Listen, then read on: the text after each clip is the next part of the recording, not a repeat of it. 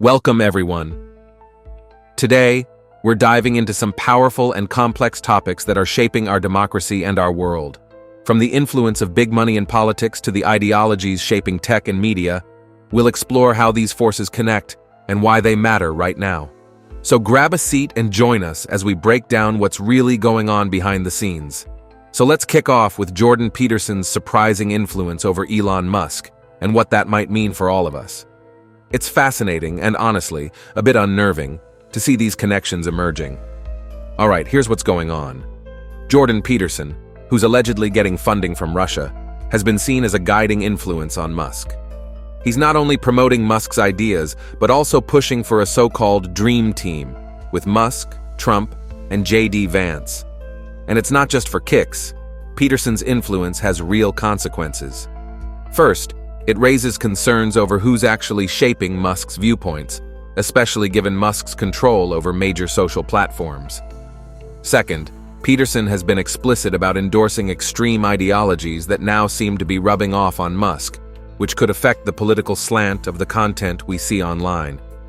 Since Musk controls platforms that millions rely on for news and information, Peterson's influence could mean a shift toward a more extreme ideological direction on these platforms. This isn't just about free speech. It's about potentially shaping public opinion in significant ways, and that could have a big impact, especially in today's polarized world. Next up, let's dive into Georgia's election system. MAGA operatives are making some big moves to control things, and this has the potential to change how elections go in 2024. Here's the scoop. MAGA supporters, under the influence of figures like Steve Bannon and Michael Flynn, have been gaining control over Georgia's election boards.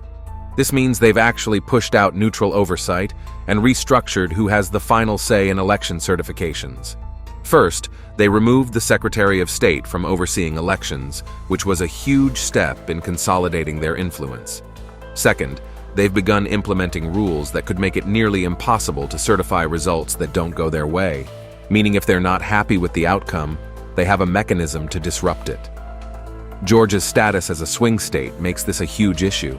If MAGA's strategy works here, it could set a precedent, encouraging similar tactics in other states. This could lead to a broader undermining of confidence in the electoral process, which is essential for democratic stability. Let's dig into a bit of election history and connect it to what's happening now. This one is all about voter purges, how they started, what they look like today, and why they matter. Jenny Cohn traces voter purges back to the 2000 Florida recount, where an error-filled purge list excluded thousands of eligible voters. That one decision alone likely shifted the election in Bush's favor. Fast forward to now, and we're seeing the Supreme Court backing similar purges in Virginia, and other states might be encouraged to follow suit. Cohn also ties this to the role of partisan Supreme Court justices who appear to favor conservative interests, pointing out that purges disproportionately impact certain voter groups, making it harder for marginalized communities to participate in elections. This issue is relevant because voter purges are still a tool used to limit participation, often targeting minority and lower-income voters. With the Supreme Court supporting these purges, we're likely to see more of it across the country. So understanding this tactic is critical for anyone invested in fair elections. Now we're diving into the money trail with Peter Thiel, a big name in both tech and politics. He's not just a tech investor, he's got major skin in the game when it comes to conservative causes. Here's what Jenny Cohn reveals. Peter Thiel, through his Founders Fund, is backing initiatives that range from tech to conservative political candidates, including J.D. Vance. Thiel has poured money into crypto projects, which can allow anonymous political donations, a huge deal for transparency issues. Plus, he's building a network of influence that extends to the political system, pushing agendas aligned with his views. Another key point is that Thiel's investments are part of a broader strategy to influence policy, particularly regarding tech and financial regulation, potentially shaping the legal landscape to benefit his interests. Thiel's money isn't just passive support. It's actively shaping the political landscape. This raises questions about accountability and how one person's views can influence so much policy, especially with crypto allowing funding flows that avoid scrutiny. All right, let's shift to J.D. Vance, who's known for some controversial views. He's got connections to people like Curtis Yarvin, who's known for pushing some pretty extreme ideas.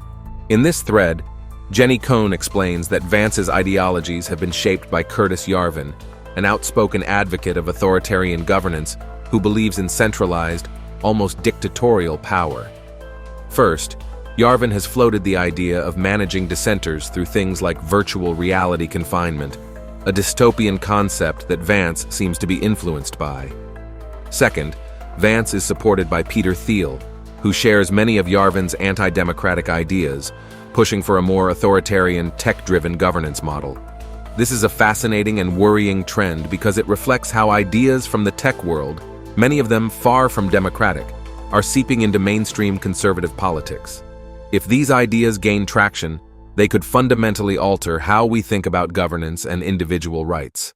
This one's like the sequel to our last topic, digging deeper into Yarvin's views and how they connect with J.D. Vance and his supporters. Jenny Cohn highlights 3 big points here. First, Curtis Yarvin, under his pen name Mencius Moldbug, has put forth ideas that make dictatorship sound almost reasonable. He even joked about turning unproductive people into biodiesel. Second, his manifesto advocates for virtualizing those he deems unfit, essentially confining them to permanent virtual reality. Finally, Thiel and Vance are openly aligned with Yarvin, showing just how close these extreme ideas are to mainstream politics.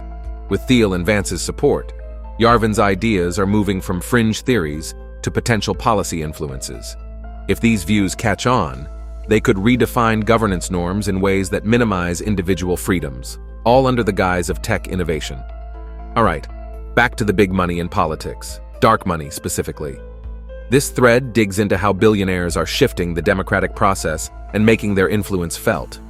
This thread, led by yours truly, looks at how Citizens United opened the door for billions to flow into politics unchecked. First, they explain how billionaires now use dark money to support agendas that serve their interests, whether it's education, the environment, or judicial appointments. Second, Project 2025 shows how this money isn't just influencing elections, but is also directly targeting public institutions, like defunding public schools in favor of private, often religious ones. Dark money is essentially silencing the everyday voter, making it harder to have a say in government decisions. With the wealthy funneling money to change laws and influence policy, there's an urgent need for transparency and reform to give power back to the people. Let's switch to climate response for a moment. This thread uses a fictionalized story to show just how bad things could get under Project 2025. David Pepper narrates a scenario where Project 2025 guts climate response resources, leaving communities vulnerable during natural disasters. First, he describes how federal support for climate science would be slashed, weakening our ability to predict and respond to severe weather. Second, he highlights the potential human toll, as resources like FEMA could be undermined, meaning that states and local communities would have to fend for themselves. This scenario isn't just hypothetical, it's a real possibility if Project 2025 moves forward. With more extreme weather events happening, it's critical to maintain strong federal support. Without it, the most vulnerable communities will bear the brunt. And finally, let's tackle this eyebrow-raising idea of a Musk-Putin-Trump alliance. It sounds like fiction, but there are some theories connecting the dots. Dave Troy claims that Musk might actually be a proxy for Putin, with Trump and J.D. Vance acting on Putin's interests in the U.S. He lays out 2 main points. First, Musk allegedly has close ties with Russian and conservative networks, making him a potential asset for Putin's strategies. Second, Troy argues that this alliance has been building over decades, with Russian interests working quietly in U.S. politics to destabilize democracy, and now it's all coming to a head. While speculative, this idea raises questions about the hidden forces at play in U.S. politics and the role of tech leaders in these geopolitical games. It's a reminder that foreign influence might be more pervasive than we realize, affecting policies and leadership choices that impact us all. That's a wrap on today's topics. We've covered a lot, from the power players in politics and media to the influence of dark money and authoritarian ideas. It's clear there's more than meets the eye in the headlines we see every day. Thanks for joining us in Looking Beyond the Surface. Stay informed, stay engaged, and we'll catch you next time.